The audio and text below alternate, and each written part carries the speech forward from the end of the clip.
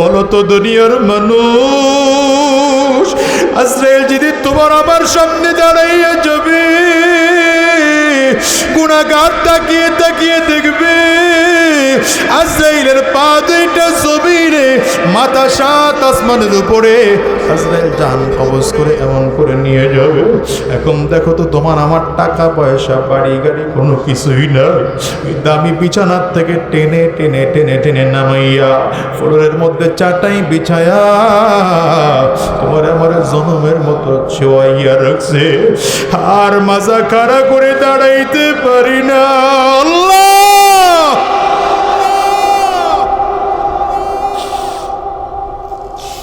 নিজের চোখটারে বন্ধ করে একটু ফিকির লাগাও।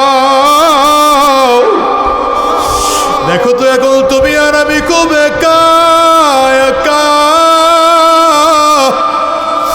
নাই কেউ নাই, সব চলে যাবে বড়ই পাতা দিয়া গরম পানি করার জন্য, একদল লোক চলে যাবে বাজার থেকে কাফনের কাপড় কিনে আনার জন্য, ও বাজার একদল লোক চলে যাবে বাঁশ কেটে কেটে কবর খনন করার জন্য। আরে তোমারে আমারে ওই গোসলখানায় নিয়ে গোসল করাইয়া তিনটা সাদা কাপড় দিয়ে প্যাকেট বানায় পালা,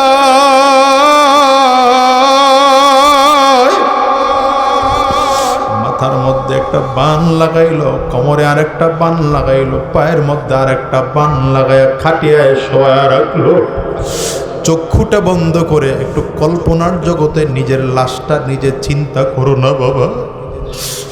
এখন তোমারে কেমন দেখা যায়, কেমন দেখা যায়, কেমন দেখা যায়, মাথায় বান দিয়ে প্যাকেট বানায় পালায়া রাখছে, কোমরের বান দিয়ে প্যাকেট বানাইয়া পালায়া রাখছে, মাজার মধ্যে আরেক বান দিয়ে প্যাকেট বানাইয়া পালায়া রাখছে। কেমন দেখতে মনে হয়। আরে জানাজা পড়াইয়া খাটিয়াটারে কাঁধে উঠাইয়া আস্তে আস্তে করে কবরের দেশে নিয়ে রওনা হয়। কবরে তিনটা লোক টপ টপ করে লাফ দিয়ে কবরে নেমে গেল। একজন তোমার আমার মাথায় ধরলো, আরেকজন পায়ে ধরলো, আরেকজন কোমরে ধরলো। তিনটা লোক ধরাধরি করে কবরের মধ্যে নামাইল। আস্তে আস্তে করে বাঁশ বিছায়, পায়ের বানটা খুলে দিয়ে কবর থেকে লোকটা উঠে গেল, মাজার বানটা খুলে দিয়ে কবর থেকে উঠে গেল, পাথার বানটাও খুলে দিয়ে কবর থেকে আরো একজন উঠে গেল। এবার আস্তে আস্তে করে বাঁশ বিছায়, মাটির চাকাগুলো দেয়। দেখো তো তোমার আমার কবরটা বড় অন্ধকার।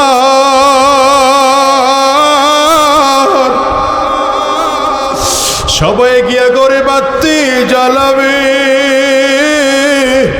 তোমার আমার কবরটা অন্ধকার হয়ে যায়। নবী বলেন আল কবর রাউযাতুম মির রিয়াজিল জান্নাহ আও হুফরাতুম মিন হুফারিন নার। কবরটা কারো জন্য জান্নাতের টুকরা হবে, আবার কারো জন্য জাহান্নামের গর্ত হয়ে যাবে।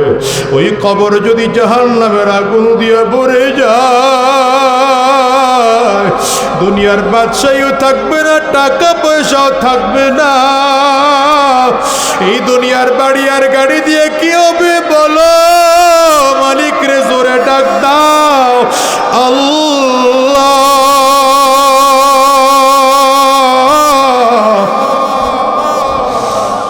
জাহান্নামী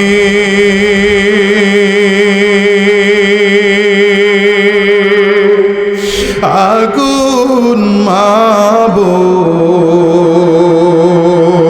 আল্লাহ সইতে পারব না।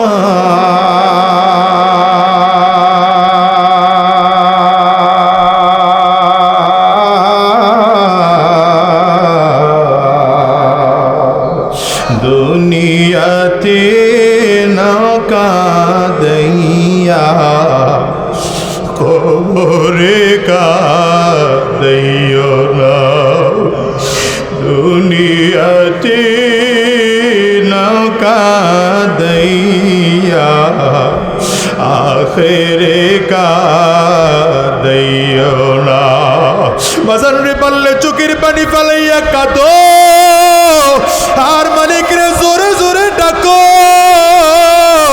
নিজের গুনাহের কথা স্মরণ করে কাঁদো রে বাজার। ডানে আর বামে তাকাও, তাকাইয়া দেখো কার কার চোখে পানি। আল্লাহ আল্লাহ, যেই মানুষটার চোখে পানি ওই মানুষটার দিকে তাকাইয়া নিজের নিজে ধিক্কার মারো,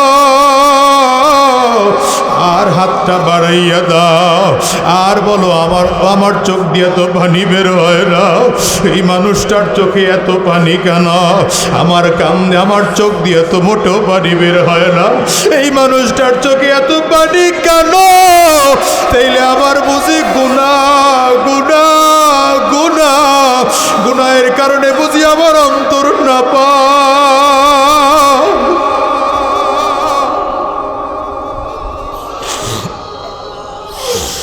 আল্লাহ, গুনাহের কারণে বুঝি আমার অন্তর না পায়, আমার চোখ দিয়া পানিও বের হয় না। দেখো তো দুনিয়ার ঘরে আগুন লাগলে যেমন পানি ছাড়া নিবানো যায় না, ওই কবরেও যে জাহান্নামের আগুন, ওটাও কিন্তু চোখের পানি ছাড়া নিবানো যাবে না। কবর বারবার করে ডাক দেয়, আনা বাইতুল জুলমা, আনা বাইতুল ওয়াহদা, আনা বাইতুত তুরাব। কবর বলে আমি বড় একা একির ঘর, আমি মাটির ঘর, আমি অন্ধকার ঘর, আমার কাছে সাথীও নাই বাতিও নাই, দুনিয়ার কোনো কিছুই নাই। কবর বলে আমি শুধু চিনি আমল, যদি ভালো আমল করে আসতে পারো ভালো আচরণ করব, আর যদি ভালো আমল করে আসতে না পারো কপাল পোড়ার দল।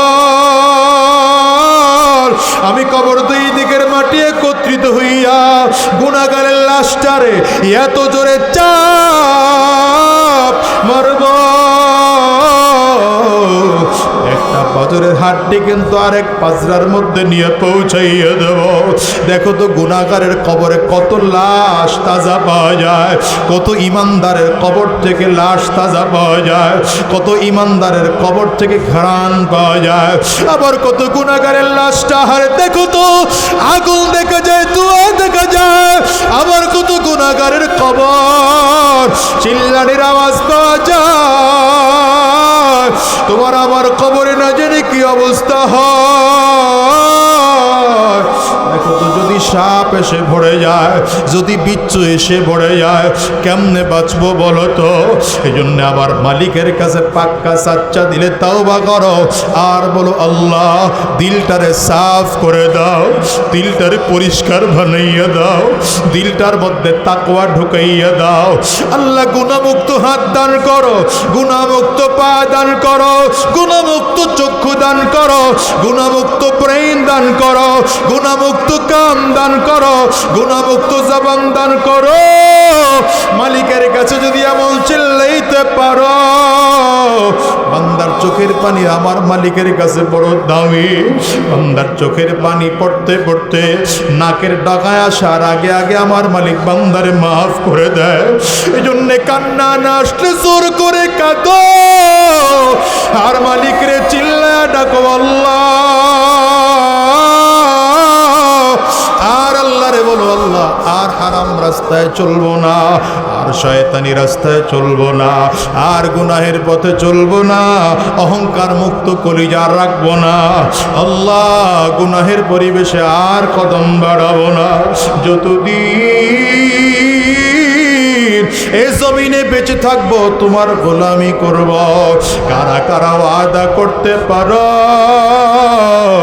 দুইটা হাত উঁচা করে আমার আল্লাহরে দেখা, আওয়াজ দিয়ে জোরে ডাক দাও না আল্লাহ, চিল্লা ডাকো না বাজান আল্লাহ।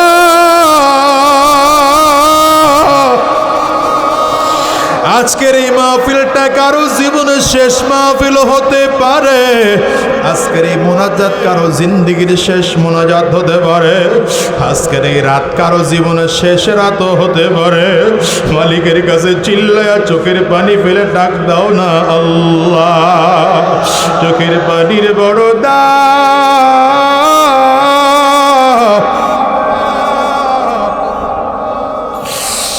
চোখের পানির বড় আমার মালিকের চিল্লাইয়া জোরে ডাক দাও না আল্লাহ। ওয়াদা করলাম আর হারাম রাস্তায় চলবো না, আর শয়তানি রাস্তায় চলবো না, আর গুনাহের পথে চলবো না। আল্লাহ তুমি কবুল করে নাও, কবুল করে নাও। চিল্লা বলো আমিন। আওয়াজ দিয়ে জবান খুলে বলো আল্লাহুম্মা আমিন। নবী ইব্রাহিম আলাইহিস সালাম শিখিয়ে দিয়ে গেলেন ওয়া আন্নাহা কিআন, জান্নাতের যে বিশাল জমিনটা আছে সেটা মরুভূমির মতো ফাঁকা থাকবে, ফাঁকা থাকবে। তুমি মরুভূমির ফাঁকা জায়গায় যদি গাছ লাগাইতে চাও, দুনিয়ার থেকে বীজ নিয়ে কাফনের কাপড়ে ঢোকানো লাগবে না। দুনিয়াতে থাকা অবস্থায় জান্নাতি ফাঁকা জায়গায় গাছ লাগানো যাবে। কেমনে লাগাইবা? হাদিসের শেষ অংশে এসেছে ওয়া আন্না গিরাসাহা সুবহানাল্লাহ ওয়ালহামদুলিল্লাহ ওয়ালা ইলাহা ইল্লাল্লাহু ওয়াল্লাহু আকবার। পয়গম্বর ইব্রাহিম আলাইহিস সালাম বলেন জান্নাতের গাছ যদি লাগাইতে চাও, ফাঁকা জমিনে যদি গাছ লাগাইতে চাও, সুবহানাল্লাহ বলো তো একটা গাছ হয়ে গেল, আলহামদুলিল্লাহ বলো তো আরেকটা গাছ হয়ে গেল, লা ইলাহা ইল্লাল্লাহ বলো তো আরেকটা গাছ হয়ে গেল, আল্লাহু আকবার বলো তো আরেকটা গাছ হয়ে গেল। বলেন সুবহানাল্লাহ।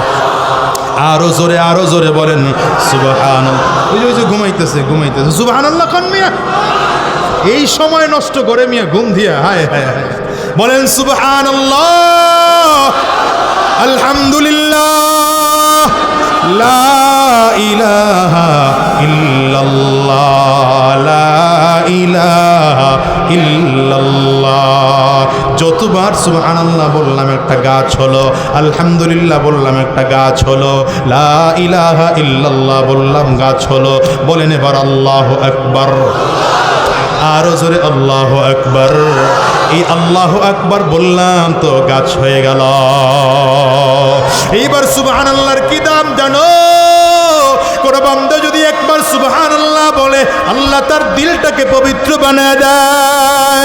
কেউ যদি আল্লাহু আকবার বলে রে, আল্লাহ বলেন গোলাম রে তুই যদি কেউ আল্লাহু আকবার বলো, খালি বসে বসে বলতেছো আল্লাহু আকবার, আল্লাহু আকবার, আল্লাহু আকবার, আল্লাহু আকবার, এমন করে যদি বলো তো আল্লাহ তাআলা বলবেন গোলাম রে কিয়ামতের ময়দানে আমি তোর সম্মানটাও সবার থেকে বাড়ায়া দেব।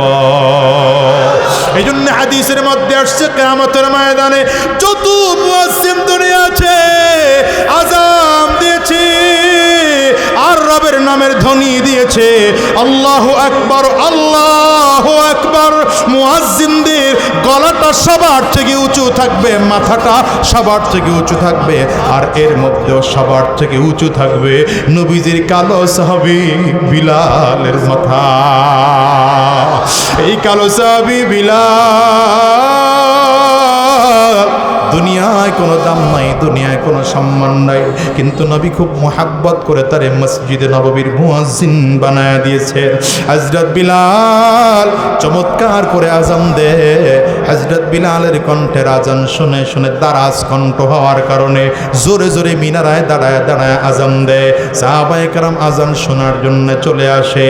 রব্বি কারীম বলেন বিলালের আজান শুনে যেহেতু তোমরা নামাজে চিরজীবন এসেছো, ও আমি আল্লাহর বরত্ব বারবার ডেকে ডেকে ডেকে ডেকে বলেছে, এই জন্য আমি আল্লাহ বিলালের মাথাটাকে সবার উপরে বানায় দিলাম। এই জন্য আমাদের বড়রা আজান দেওয়ার জন্য পাগল হয়ে যেতেন। আল্লাহু আকবার।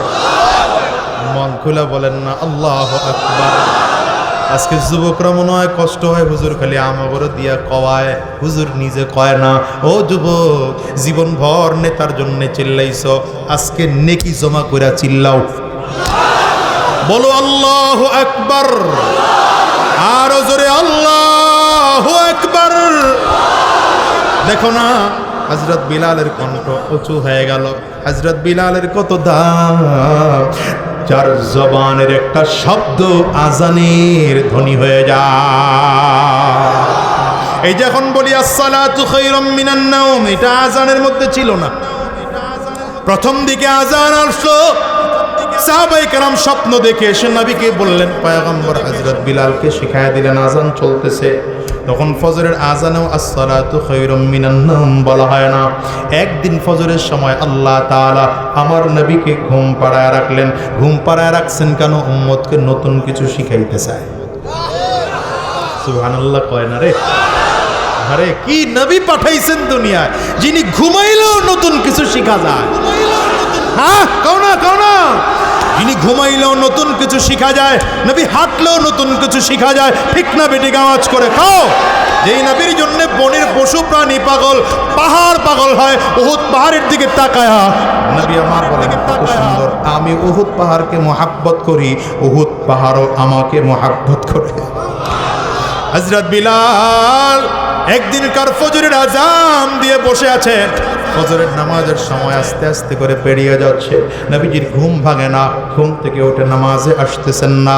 আবু বকর সিদ্দিক রাদিয়াল্লাহু আনহু টেনশন করেন, ওমর ফারুক টেনশন করেন, উসমান বিন আফফান টেনশন করেন, আলী রাদিয়াল্লাহু আনহু টেনশন করেন।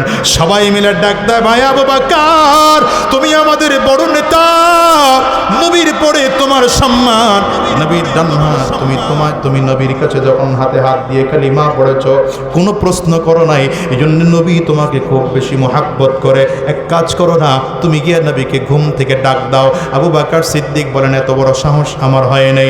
সবাই মিলে বলে, ভাই ওমর, তোমার রাগ অনেক বেশি, নবী তোমারও ভয় পায়, তুমি গিয়ে ডাক দাও। হযরত ওমর বলেন, রাগ চলে দুনিয়ার অন্য জায়গায়, নবীর সামনে রাগ চালানো যায় না। নবীর সামনে সাহাবীরা রাগ চালায় নাই, তুমি হুজুরের সামনে রাগ চালাও কেন? আ করে তাকাই রয়েছেন কেন? আ করে কথা বলেন না কেন?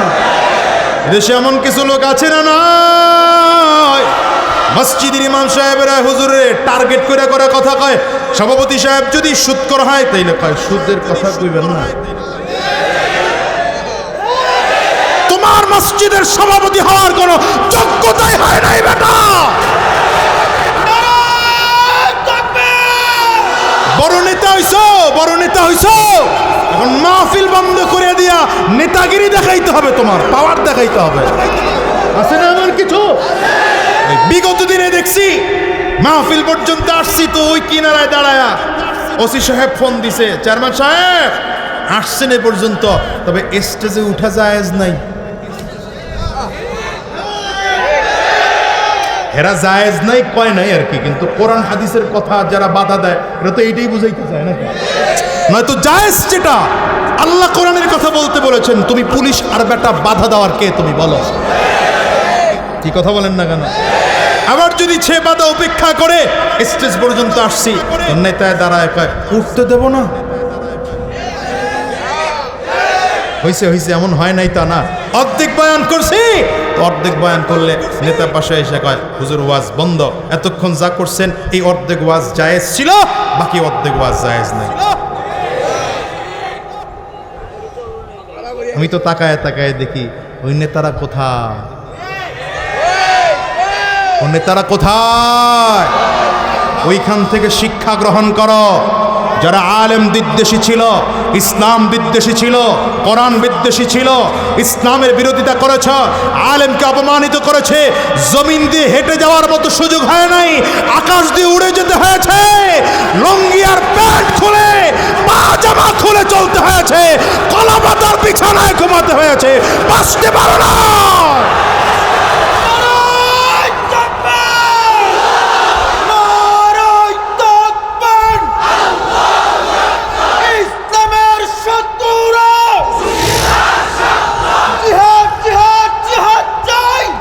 সুতরাং একজন থেকে শিক্ষা গ্রহণ করো।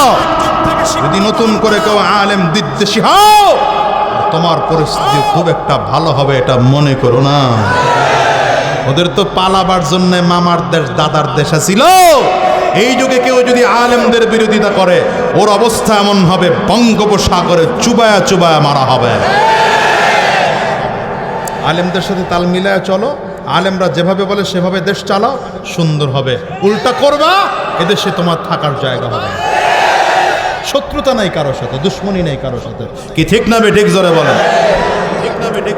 সব মানুষগুলো মিলে বলে, ওসমান ভাই তোমাকে জিন্নুর আইন বলা হয়। নবীজির দুইটা মেয়ে তোমার কাছে বিয়ে দিয়েছে, তুমি গিয়া নবীকে ডাক দাও।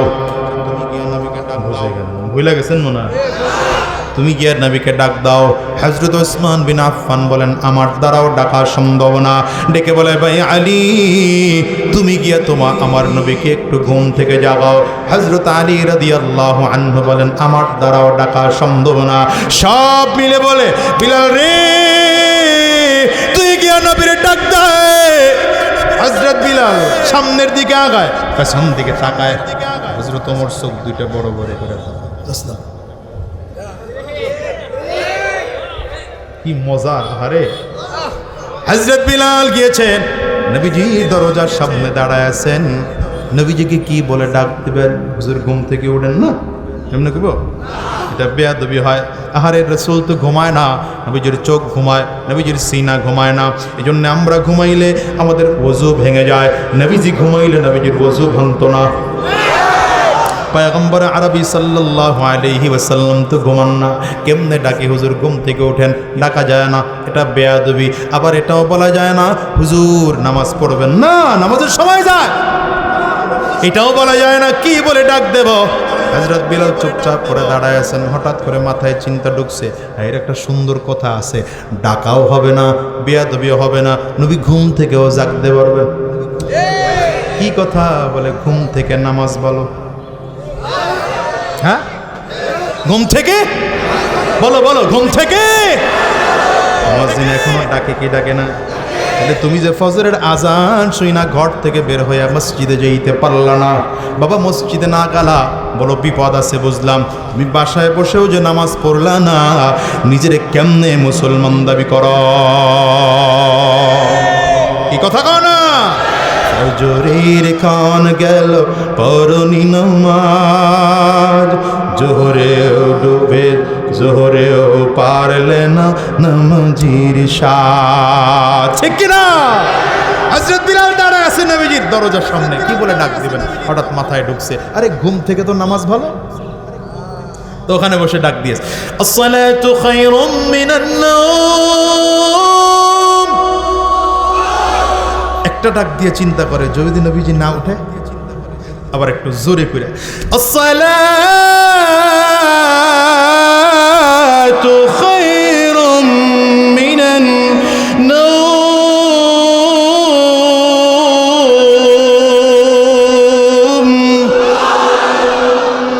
নবীজি ডাক দিলেন, যাও বিলাল আসতেছি। সুবহানাল্লাহ, জোরে কয় না? যাও বিলাল আসতেছি। ফজরের নামাজ পড়তে আসলেন পয়গম্বর। নামাজ শেষ করে হযরত বিলালকে দাঁড় করালেন, এই দাঁড়াও। নবীজি দাঁড়াইতে বললে হযরত বিলালের অবস্থা কি বলে? থরথর করে কাঁপতে আরম্ভ করেছেন। হযরত বিলাল দাঁড়াইছে আর বলে, হুজুর আমি যাইতে চাই নাই, এরা জোর করে পাঠাইছে।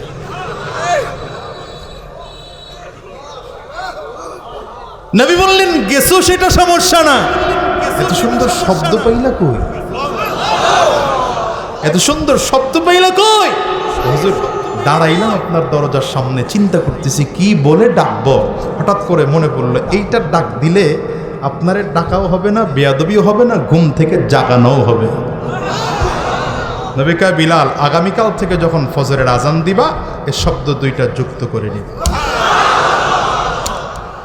কেমন নবী? যেই নবীর ঘুমটাতেও উম্মত নতুন কিছু পায়। আল্লাহু আকবার, জবান খুলে বলো আল্লাহ সেই নবীর শাফাআত নসিব করে দিও, বলো আমিন। সেই নবী বলে দিয়ে গিয়েছেন ওয়ান্না কিরাসাহা সুবহানাল্লাহ ওয়ালহামদুলিল্লাহ ওয়ালা ইলাহা ইল্লাল্লাহ ওয়াল্লাহু আকবার। সেই নবী বলেন পয়গম্বর ইব্রাহিম আলাইহিস সালাম বলেছেন ওই বিশাল জান্নাতের বিশাল ময়দানটা ফাঁকা রেখো না, যদি ওটারে গাছ লাগাইতে চাও তাইলে বলো সুবহানাল্লাহ, বলো আলহামদুলিল্লাহ, বলো আল্লাহু আকবার, বলো লা ইলাহা ইল্লাল্লাহ। আর এটা শুধু জান্নাতে গাছ লাগানোর কাজে লাগে না, আবার এমনও হয় এই সুবহানাল্লাহ যখন, এই আল্লাহু আকবার যখন পয়গম্বর সুলাইমান আলাইহিস সালাতু ওয়াস সালাম সিংহাসনে বসে পড়া শুরু করতে, তো সিংহাসন আকাশ থেকে জমিনে উড়া শুরু হয়ে যেত। হ্যাঁ হ্যাঁ, এই আল্লাহু আকবারের পাওয়ার কেমন দেখেন তো, আল্লাহু আকবারের পাওয়ার কেমন। পয়গম্বর সুলাইমান আলাইহিস সালাতু ওয়াস সালাম কত বড় বাদশা ছিলেন জানেন?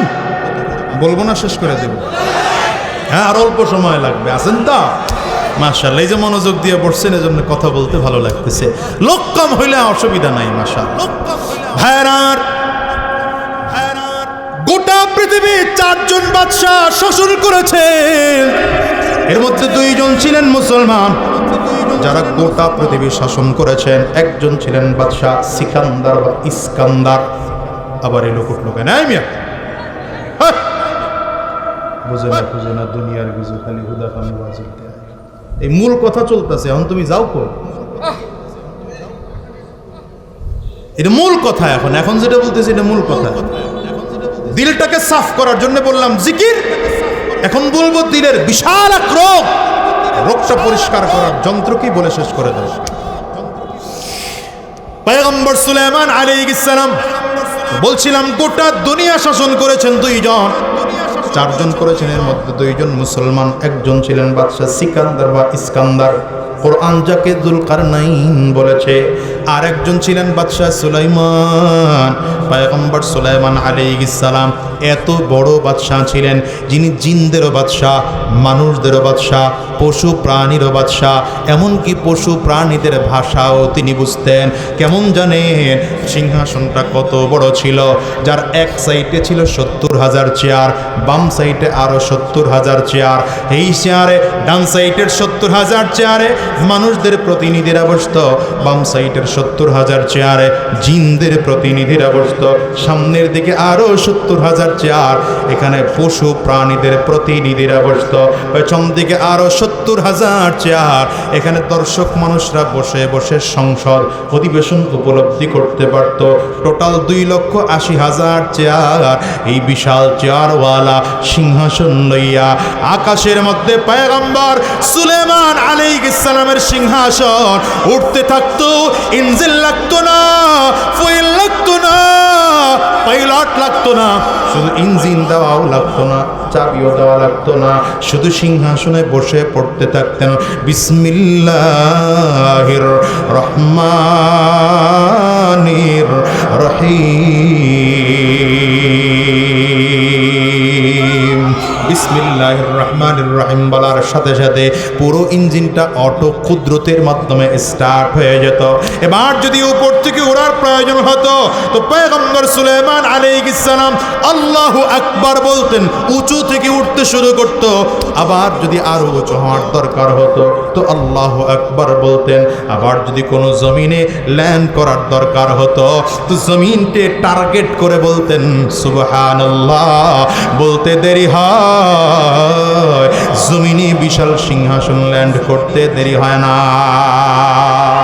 এই বিশাল সিংহাসন বাতাসের গতিতে চলে, নিচের থেকে মানুষগুলো দেখে দেখে আশ্চর্য হয়ে হয়ে কেউ তো আল্লাহু আকবার বলে, কেউ তো আশ্চর্য হয়ে সুবহানাল্লাহ বলে। মানুষগুলো মাথা উঁচু করে করে করে করে পয়গম্বর সুলাইমান আলাইহিস সালামের সিংহাসন দেখত। কিন্তু এত বড় বাদশা পয়গম্বর সুলাইমান এই বিশাল সিংহাসনে বসে বসে অহংকারী করতেন না, বরঞ্চ বিনয়ী হয়ে নম্র হইয়া ভদ্র হইয়া আওয়াজ গ্রহণ করে মাথা নিচের দিকে দিয়া চেয়ারের কিনারায় কাজু মুজু হয়ে বসে থাকতে। আমগো দেশের নেতাগর মতো না, হ্যাঁ, এখনকার নেতারা তো মাশাআল্লাহ, যে নির্বাচন আসতেছে, নির্বাচন আইলে পরে গাড়ি কিনে আবার যেটার ছাদ খোলা যায়, কথা কয় না, ছাদ খোলা গাড়ি কিনা বাজারে বাজারে করে আর এমনি করে খারাইছে, দাঁড়াইছি আমি, এটার নেতা আমি, কি কথা কন না কেন? আমি বলতেছি না যে ছাদ খোলা গাড়ি হারাম, বলি না এটা। আমিও যদি নির্বাচন করি তাহলে আমিও আবারও ছাদ খোলা গাড়িতে খারাপ, কিন্তু বিষয়টা হলো যখন আপনি গাড়ির মধ্যে দাঁড়াবেন বুকটা যেন উঁচু হয়ে না যায়, মাথাটা যেন উঁচু হয়ে না যায়, ভেতরে যেন অহংকার ঢুকে না যায় আমি একটা বড় নেতা। হ্যাঁ, আল্লাহ বলে তুই কত বড় নেতা, বললা রে নেতা বানাইছি আমি তোরে, চাইলে তোর চেয়ে বড় বড় নেতা ফিরআউন, নমরুদ, কারুন, সাদ্দাত, হামানকে পাহাড়ের মধ্যে আশ্রয় মেরেছি, কাউরে মশা দিয়ে কামড় খাওয়ায় মারছি, কাউরে পানির মধ্যে চুবায়া মেরেছি। তুই যদি বড় নেতা নেতা নিজের ভাব দেখাও, আমি তোরে জমিনের সাথে মিটা দিতে দেরি হবে না। এই জন্য নেতা হওয়া যাবে, কিন্তু বিনয়ী হওয়া লাগবে। বিনয়ী কি হওয়া লাগবে বলো? গাছের যেই ডালটায় ফল হয় ডালটা নিচু হয়ে যায়। তোমাকেও যদি আল্লাহ ক্ষমতা দেয়, তোমারও যদি আল্লাহ সম্পদ দেয়, তোমারও যদি আল্লাহ সম্মান দেয়, তাইলে বিনয়ী হও। আর যদি নিজের মনে করো বিশাল বড় বক্তা হয়ে গেছি গা, আমার কথা শুনলে হাজার হাজার লোক বসে থাকে, একজন লোক ওঠে না, আল্লাহ তোরে আমি বক্তা বানাইছি, তক্তা বানাইতে সময় লাগবে না। নেতাও যদি মনে করে বড় বড় বুক টান করে করে চলবো, আল্লাহ বলেন তোর মতন নেতারে খেতা বানায় দিতে আমি রবের দেরি হবে না। ঠিক না? বাচ্চা পয়গম্বর সুলাইমান আলাইহিস সালাতু ওয়াস সালাম বিশাল সিংহাসনের মধ্যে বসে বসে বসে বসে চমৎকার করে এক সাইডে কিনারায় করে তাওয়াজু নিয়ে বসে থাকেন, বিনয়ী আর নম্রতার সাথে বসে থাকেন। মন্ত্রীদের একজন ডাক দেয়, বাদশা সুলাইমান, বিশাল রাজত্ব আল্লাহ তাআলা আপনাকে দিয়েছেন, কিন্তু বিশাল সিংহাসনে যখন আপনি বসেন বুকটা টান করে বসেন না, মাথা উঁচু করে বসেন না, আবার বুক টান করেন না, তাওয়াজু হয়ে যান, বিনয়ী আর নম্র হয়ে যান। কেন বাদশা? পয়গম্বর সুলাইমান আলাইহিস সালাম বলেন, আল্লাহ তাআলা আমাকে গোটা পৃথিবীর রাজত্ব দিয়েছে, কিন্তু এই বিনয়ী আর নম্রতা একটা পিপিলিকা আমাকে শিক্ষা দিয়েছে। কার কাছ থেকে বিনয় শিখছে? বলো না, বলো না।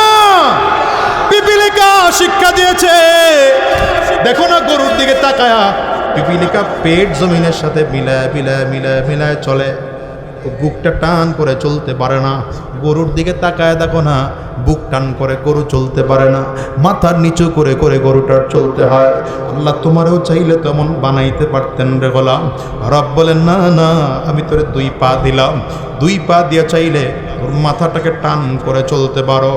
এই দেখ, তোর মাথাটাকে টান দিয়ে চলতে পারো, তোর বুকটাকে সিনা টান করে চলতে পারো।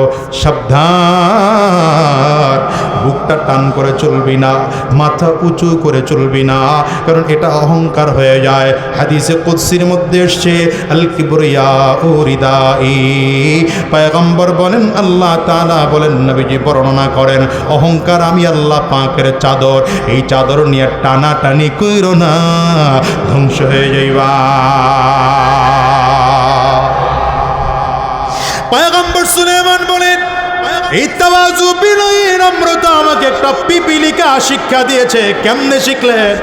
পয়গম্বর সুলাইমান বলেন, একবার পিপিলিকা একটার কথা আমার খুব পছন্দ হইল। কোরআনে আল্লাহ তাআলা বলেছেন পিপিলিকা আর কথা পয়গম্বর সুলাইমানের পছন্দ হয়ে গেছে। এখন পিপিলিকারে অফার দেয়, আইয়ুহান নামলাতু, এই পিপিলিকারে, তোর কথা বড় চমৎকার, বুদ্ধিমান তোর কথা, তোর কথা শুনে আমি মুগ্ধ হয়ে গেলাম। সালমা শিইতি, কি কি চাইবি বল না, আমার কাছে চাইলেই আমি দেওয়ার জন্য তৈয়ার আছি। পিপিলিকায় ডাক দেয়, বাদশা চাইয়ে লাভ নাই, আপনি দিতে পারবেন না। পিঁপড়ার ভাষা বুঝতেন তো? চাইয়ে লাভ নাই, দিতে পারবেন না। পয়গম্বর সুলাইমান বলেন, কেন দিতে পারবো না? আনাল মালিক, আমি তো বাদশাহ, কেন দিতে পারবো না? পিঁপড়ায় কয় না, চাইয়া লাভ নাই, দিতে পারবেন না। পয়গম্বর সুলাইমান আলাইহিস সালাম বলেন, জানা চাইয়া দেখ কেমনে দেই। পিপিলিকায় কয় না, দিতে পারবেন না। দেখেন তো আপনাদের এখানে এসে যদি বাংলাদেশের সব থেকে বড় ক্ষমতাধর ব্যক্তিত্ব বর্তমানের ডক্টর মোহাম্মদ ইউনূস সাহেব, প্রধান উপদেষ্টা, তিনি এসে যদি আপনাদেরকে বলেন কার কি চাহিদা বলেন আমি পূরণ করব, একজন ছোট পিচ্চি যদি দাঁড়ায় কয় 18 মাসেই কিছু দিতে পারলেন না, আর কি গোড়ার ডিম দিবেন আপনি বুঝালাইছি, সে অপমান হবে না? কথা বলেন না। তেমনি পয়গম্বর সুলাইমান আলাইহিস সালাতু ওয়াস সালাম এত বড় কথা যখন বলেছে, পারবেন না, দিতে পারবেন না, পয়গম্বর সুলাইমান কয় আনাল মালিক, আমি বাদশাহ, আমি কেন দিতে পারবো না, চাইয়া দেখ না আমার কাছে। বারবার যখন বলে, পিপিলিকা এখন ডাক দিয়েছে, আইয়ুহাল মালিক, ও বাদশাহ, যদি কিছু দিতে হয় জিদফি হায়াতি, যদি কিছু দিতে হয় আমি পিপিলিকার হায়াত বাড়ায়া দেয়।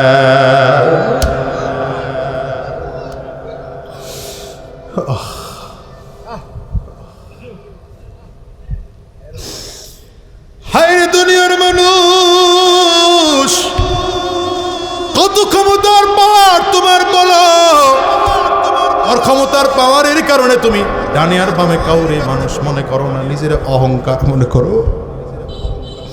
বলো কতটুকু পাওয়ার হয়েছে তোমার? একটা চুল বানাইবার ক্ষমতা তোমার হয় নাই। আল্লাহ তাআলা তোমারে প্রতিদিন কোটি কোটি কোটি কোটি ভাত তোমারে খাওয়ায়, এই ভাতের একটা চাউল তুমি বানাইবা, চাউল তোমার বানানোর ক্ষমতা তোমার হয় নাই। পয়গম্বর সুলাইমান আলাইহিস সালাম কথাটা শোনার পরে থমকে দাঁড়ায় গেলেন, চোখ দিয়ে পানি পড়তে আরম্ভ করেছে, আর ডাক দেয়, পিঁপড়ারে, এটা আমার কাছে যাবে না, আমি দেওয়ার মালিক না, হায়াত দেওয়ার মালিক আল্লাহ। কার হায়াত কখন শেষ হয়ে যায়, কখন শুরু হয়, এটা মালিক ছাড়া কেউ জানে না। এমনকি আজরাইল আলাইহিস সালাতু ওয়াস সালামও জানেন না। আজরাইল আলাইহিস সালাম বলেন, ইন্তেকালের আগ মুহূর্তে আমার কাছে একজন ব্যক্তির নাম দেওয়া হয়, বাবার নামটা দেওয়া হয়, কোথায় মারা যাবে ঠিকানায় দেওয়া হয়। আমি আল্লাহ পাকের হুকুম পালন করতে গিয়া যেখানে পাই সেখানেই তার জমিন চার কবজ করে ফেলি। এই জন্য রব্বে কারিম বলেন, ওয়ামা তাদরি নাফসুন বিআইয়ি আরদিন তামুত, কোন জমিনে মারা যাবি রে গোলাম, আমি আল্লাহ ছাড়া কেউ জানে না। পয়গম্বর সুলাইমান আলাইহিস সালাম মাথা নিচু হয়ে গেল, পিঁপড়ার দিকে তাকায়া বললেন, পিপিলিকা রে, হায়াত তোর বাড়ায়া দিতে পারবো না, তবে এটা ছাড়া আর কি চাওয়ার আছে আমার কাছে, তুই চা না।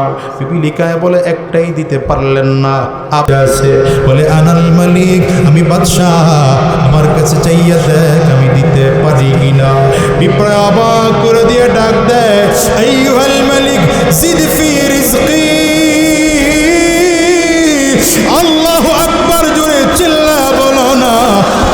পিঁপড়ায় ডাক দেয়, বাদশাহ, যদি আমারে কিছু দিতে হয়, দ্বিতীয় নম্বরে আপনার কাছে চাইলাম, আমার রিজিকের পরিমাণটা একটু বাড়ায় দেন না। আল্লাহ আমার জন্য যা নির্ধারণ করেছে তার থেকে একটু বেশি রিজিকের ব্যবস্থা করে দেন। পয়গম্বর সুলাইমান আলাইহিস সালাতু ওয়াস সালামের চোখ দিয়ে পানি পড়তে আরম্ভ হয়েছে, মাথা নিচু করে ফেলেছে, আর বললেন, পিপিলিকা রে, আমি বাদশাহ, গোটা দুনিয়ার বাদশাহ, কিন্তু তোর মতো একটা ছোট্ট প্রাণী, ক্ষুদ্র প্রাণী, তুই দুইটা জিনিস চাইলি, একটাও আমি দিতে পারলাম না। আমি বাদশাহ না, বাদশাহ না, আমার মালিক আসল বাদশাহ। কুলিল্লাহুম্মা মালিকাল মুলক তুতিল মুলকা মান তাশা ওয়া তানজিউল মুলকা মিম্মান তাশা।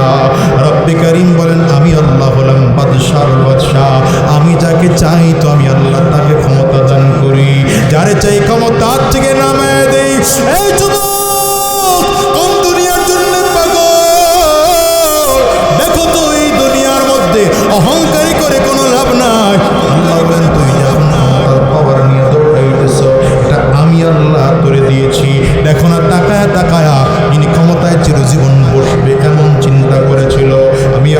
করে এমন ভাবে তাড়াইছি অস্তিত্ব গোটা বাংলাদেশে ওর নাই। এজন্য সাবধান বাবারে, অহংকার দিনের অনেক বড় একটা রোগ। আমি বড়, আমি বড়, আমি বড়, আমার থেকে আর কেউ বড় না। আমি বড় বক্তা, আমি বড় ওয়াইজ, আমি বড় খতিব, আমি বড় ইমাম, আমি বড় পীর সাহেব, আমি বড় মুফতি সাহেব, আমি বড় আলেম, আমি বড় মুহতামিম সাহেব, আমি বড় এমপি, আমি বড় মন্ত্রী। আল্লাহ বলেন বড় বড় বড় বড় করিস না। কত বড় হয়েছিস তুই বল? বলো না কত বড় হয়েছি। আমাদেরকে সম্পদ আল্লাহ পাকের থেকে বেশি হয়েছে নাকি জোরে বলে? আমাদের ক্ষমতা আল্লাহর থেকে বেশি হয়েছে নাকি জোরে বলে? যত বড় ক্ষমতাওয়ালা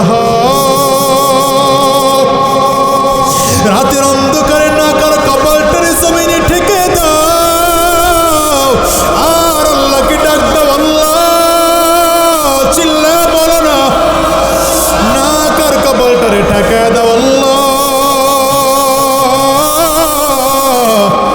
আমার দিলের মধ্যে অহংকার ঢুকে গেল, কিন্তু তোমার চেয়ে তো আমি বড় না গো আল্লাহ। তুমি আমাদের চেয়ে কত বড়, কত বড়, কত বড়, কত বড়। আল্লাহ আমি আমার নাক আর কপালটাকে জমিনের সাথে ঠেকাইয়া দিলাম, আমি আমার অস্তিত্বকে বিলীন করে দিলাম গো আল্লাহ। আল্লাহ তুমি ছাড়া আমার দিলের মধ্যে কিছুই নাই, তুমি ছাড়া আমার দিলের মধ্যে কিছুই নাই, তুমি ছাড়া আমার লালন পালন কর্তা কেউ নাই, তুমি ছাড়া রিজিক দাতা কেউ নাই, তুমি ছাড়া সম্মান দাতা কেউ নাই, তুমি ছাড়া ক্ষমতা দেওয়ার মালিক কেউ নাই। বলো একমাত্র কে আছেন? আর জোরে আঙ্গুল চা করে বলো কে আছে? এই জন্য অহংকারের কারণে নামাজ পড়তে মনে চায় না, অহংকারের কারণে রোজা রাখতে মনে চায় না, অহংকারের কারণে আলেমদেরকে মানতে মনে চায় না। দিনের অনেক বড় একটা রোগ। দেখো তো অহংকারী মানুষ জাহান্নামের আগুনে চলতে হবে, জান্নাতের ধারে কাছেও যেতে পারবে না। এই জন্য হাকিমুল উম্মত বড় পীর আব্দুল কাদের জিলানী রাহমাতুল্লাহি আলাইহি বলে, দুনিয়ার মানুষের কেমন দাম জানো? মৃত্যুর আগ পর্যন্ত নিজেকে নিজে মূল্যায়ন, নিজেকে বড় মূল্যবান দাবি করতে পারো না। যখন জমিন থেকে বিদায় হইবা আমার মালিক মাফ করবে, তখন নিজের মনে করতে পারো তোমার খুব দাম আছে।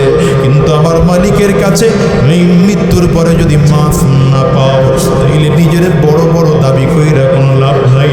তুমি একটা কুকুরের থেকেও তোমার দাম কম। দেখো একটা কুকুরের হিসাব নাই, নিকাশ নাই। গরু মরে গেলে মাটি হয়ে যায়, ওর কোনো হিসাব নাই। কিন্তু তুমি আমি তো মানুষ, ওই কবরে গেলেও ফিরিস্তা এসে প্রশ্ন করবে, ওখানেও বড় ভেজাল। আরে কিয়ামতের ময়দানে আল্লাহ পাকের সামনে দাঁড়াইতে হবে, ওখানেও বড় ভেজাল। এজন্য নবী বলেন হাসিবু ক্বাবলা আন তুহাসাবু, মুতু ক্বাবলা আন তামুত। নবী বলেন মরার আগে একবার নিজের মরণের চিন্তা করে দেখো।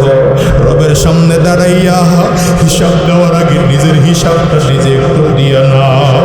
বলো তো দুনিয়ার মানুষ, আজরাইল যদি তোমার আমার সামনে দাঁড়াইয়া যাবে, গুনাহগার তাকিয়ে তাকিয়ে দেখবে আজরাইলের পা দুইটা জমিনে, মাথা সাত আসমানের উপরে। আজরাইল জান কবজ করে এমন করে নিয়ে যাবে। এখন দেখো তো তোমার আমার টাকা পয়সা বাড়ি গাড়ি কোনো কিছুই না, দামি বিছানার থেকে টেনে টেনে টেনে টেনে নামাইয়া ফ্লোরের মধ্যে চাটাই বিছায়া তোমার আমার জনমের মতো ছোঁয়াইয়া রাখছে, আর মাজা খাড়া করে দাঁড়াইতে পারি না। আল্লাহ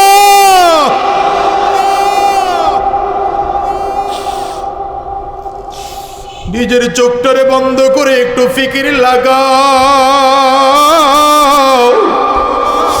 দেখো তো এখন তুমি আর আমি খুব একা একা,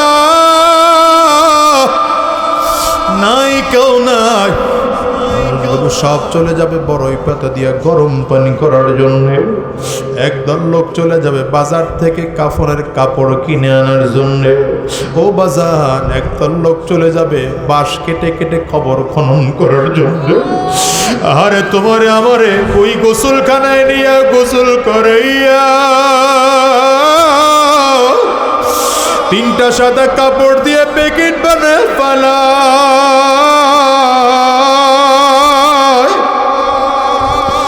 মাথার মধ্যে একটা বান লাগাইলো, কোমরে আরেকটা বান লাগাইলো, পায়ের মধ্যে আরেকটা বান লাগাইয়া খাটিয়ায় শোয়া রাখলো। চক্ষুটা বন্ধ করে একটু কল্পনার জগতে নিজের লাশটা নিজে চিন্তা করো না বাবা। এখন তোমারে কেমন দেখা যায়, কেমন দেখা যায়, কেমন দেখা যায়। মাথায় বান দিয়ে প্যাকেট বানায় ফালায় রাখছে, কোমরের বান দিয়ে প্যাকেট বানাইয়া ফালাইয়া রাখছে, মাজার মধ্যে আরেক বান দিয়ে প্যাকেট বানাইয়া ফালাইয়া রাখছে। কেমন দেখতে মনে হয়। আরে জানাজা পড়াইয়া খাটিয়াটারে কাঁধে উঠাইয়া আস্তে আস্তে করে কবরের দেশে নিয়ে রওনা হয়। কবরে তিনটা লোক টপ টপ করে লাফ দিয়ে কবরে নেমে গেল। একজন তোমার আমার মাথায় ধরলো, আরেকজন পায়ে ধরলো, আরেকজন কোমরে ধরলো। তিনটা লোক ধরাধরি করে কবরের মধ্যে নামাইল। আস্তে আস্তে করে বাঁশ বিছায়, পায়ের বানটা খুলে দিয়ে কবর থেকে লোকটা উঠে গেল। মাজার বানটা খুলে দিয়েও কবর থেকে উঠে গেল। পাথার বানটাও খুলে দিয়ে কবর থেকে আরো একজন উঠে গেল। এবার আস্তে আস্তে করে বাঁশ বিছায়, মাটির চাকাগুলো দেয়।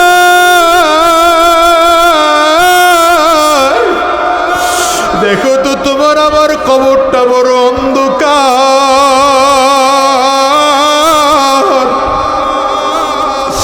সবাই গিয়া করে বাতি জ্বালাবে, তোমার আমার কবরটা অন্ধকার হয়ে যায়। নবী বলেন আল কবর রাউযাতুম মির রিয়াজিল জান্নাহ আও হুফরাতুম মিন হুফারিন নার। কবরটা কারো জন্য জান্নাতের টুকরা হবে, আবার কারো জন্য জাহান্নামের গর্ত হয়ে যাবে। ওই কবর যদি জাহান্নামের আগুন দিয়ে ভরে যায়, দুনিয়ার বাদশাহীও থাকবে না, টাকা পয়সাও থাকবে না। এই দুনিয়ার বাড়ি আর গাড়ি দিয়ে কি হবে বলো? মালিক রে জোরে ডাক দাও আল্লাহ।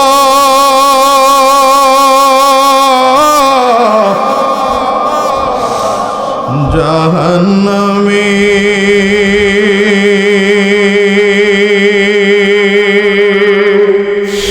আগুন মাবুদ আল্লাহ সইতে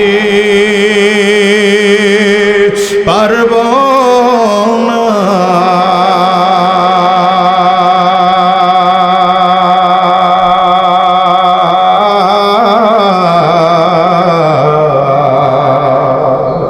দুনিয়াতে নৌকা দইয়া কবরে কাঁদিও না। দুনিয়াতে নৌকা দইয়া আখেরে কাঁদিও না। বাজার রে পারলে চোখের পানি ফালাইয়া কাঁদো, আর মালিক রে জোরে জোরে ডাকো। নিজের গুনাহের কথা স্মরণ করে কাঁদরে বাজার। ডানে আর বামে তাকাও, তাকাইয়া দেখো কার কার চোখে পানি। আল্লাহ আল্লাহ, যেই মানুষটার চোখে পানি, ওই মানুষটার দিকে তাকাইয়া নিজের নিজে ধিক্কার মারো, আর হাতটা বাড়াইয়া দাও, আর বলো আমার আমার চোখ দিয়ে তো পানি বের হয় না। এই মানুষটার চোখে এত পানি কেন? আমার কামনে আমার চোখ দিয়ে তো মোটেও পানি বের হয় না। এই মানুষটার চোখে এত পানি কেন?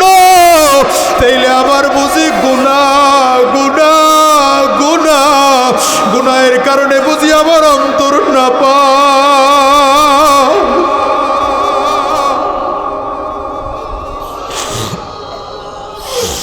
আল্লাহ, গুনাহের কারণে বুঝি আমার অন্তর না পায়, আমার চোখ দিয়া পানিও বের হয় না। দেখো তো দুনিয়ার ঘরে আগুন লাগলে যেমন পানি ছাড়া নিভানো যায় না, ওই কবরেও যে জাহান্নামের আগুন, ওটাও কিন্তু চোখের পানি ছাড়া নিভানো যাবে না। কবর বারবার করে ডাক দেয়, আনা বাইতুল জুলমা, আনা বাইতুল ওয়াহদা, আনা বাইতুত তুরাব। কবর বলে আমি বড় একা একির ঘর, আমি মাটির ঘর, আমি অন্ধকার ঘর, আমার কাছে সাথীও নাই, বাতিও নাই, দুনিয়ার কোনো কিছুই নাই। কবর বলে আমি শুধু চিনি আমল। যদি ভালো আমল করে আসতে পারো ভালো আচরণ করব, আর যদি ভালো আমল করে আসতে না পারো কপাল পোড়ার দল। আমি কবর দুই দিকের মাটি একত্রিত হইয়া গুনাহগারের লাশটারে এত জোরে চাপ মারব, একটা পাথরের হাড্ডি কিন্তু আরেক পাজরার মধ্যে নিয়ে পৌঁছাইয়া দেব। দেখো তো গুনাহগারের কবরে কত লাশ তাজা পাওয়া যায়, কত ইমানদারের কবর থেকে লাশ তাজা পাওয়া যায়, কত ইমানদারের কবর থেকে ঘ্রাণ পাওয়া যায়। আবার কত গুনাহগারের লাশটা হারে দেখো তো আগুন দেখা যায়, ধোঁয়া দেখা যায়। আবার কত গুনাহগারের কবর চিল্লানির আওয়াজ পাওয়া যায়। তোমার আমার কবরে না জানি কি অবস্থা হয়। দেখো তো যদি সাপ এসে ভরে যায়, যদি বিচ্ছু এসে ভরে যায়, কেমনে বাঁচবো বলো তো? এই জন্য আমার মালিকের কাছে পাক্কা সাচ্চা দিলে তাওবা করো আর বলো, আল্লাহ দিলটারে সাফ করে দাও, দিলটারে পরিষ্কার বানাইয়া দাও, দিলটার মধ্যে তাকওয়া ঢুকাইয়া দাও। আল্লাহ গুনাহমুক্ত হাত দান করো, গুনাহমুক্ত পা দান করো, গুনাহমুক্ত চক্ষু দান করো, গুনাহমুক্ত ব্রেইন দান করো, গুনাহমুক্ত কান দান করো, গুনাহমুক্ত জবান দান করো। মালিকের কাছে যদি এমন চিল্লাইতে পারো, বান্দার চোখের পানি আমার মালিকের কাছে বড় দামি। বান্দার চোখের পানি পড়তে পড়তে নাকের ডগায় আসার আগে আগে আমার মালিক বান্দারে মাফ করে দেয়। এই জন্য কান্না না আসলে জোর করে কাঁদো, আর মালিকরে চিল্লায় ডাকো আল্লাহ, আর আল্লাহরে বলো আল্লাহ আর হারাম রাস্তায় চলবো না, আর শয়তানি রাস্তায় চলবো না, আর গুনাহের পথে চলবো না, অহংকার মুক্ত কলিজা রাখবো না। আল্লাহ গুনাহের পরিবেশে আর কদম বাড়াবো না। যতদিন এই জমিনে বেঁচে থাকবো তোমার গোলামি করব। কারা কারা ওয়াদা করতে পারো? দুইটা হাত উঁচা করে আমার আল্লাহরে দেখা, আওয়াজ দিয়ে জোরে ডাক দাও না আল্লাহ, চিল্লায় ডাকো না বাজান আল্লাহ।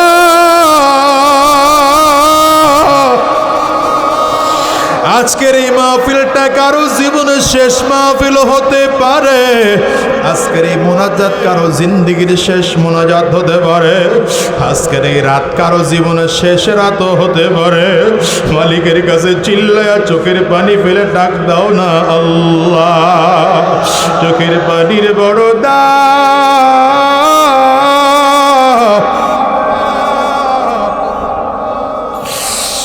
চোখের পানির বড় দাম।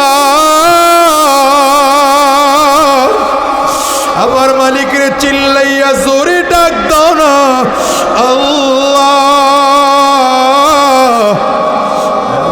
ওয়াদা করলাম আর হারাম রাস্তায় চলবো না, আর শয়তানি রাস্তায় চলবো না, আর গুনাহের পথে চলবো না। আল্লাহ তুমি কবুল করে নাও, কবুল করে নাও। চিল্লায় বলো আমিন, আওয়াজ দিয়ে জবান খুলে বলো আল্লাহুম্মা আমিন।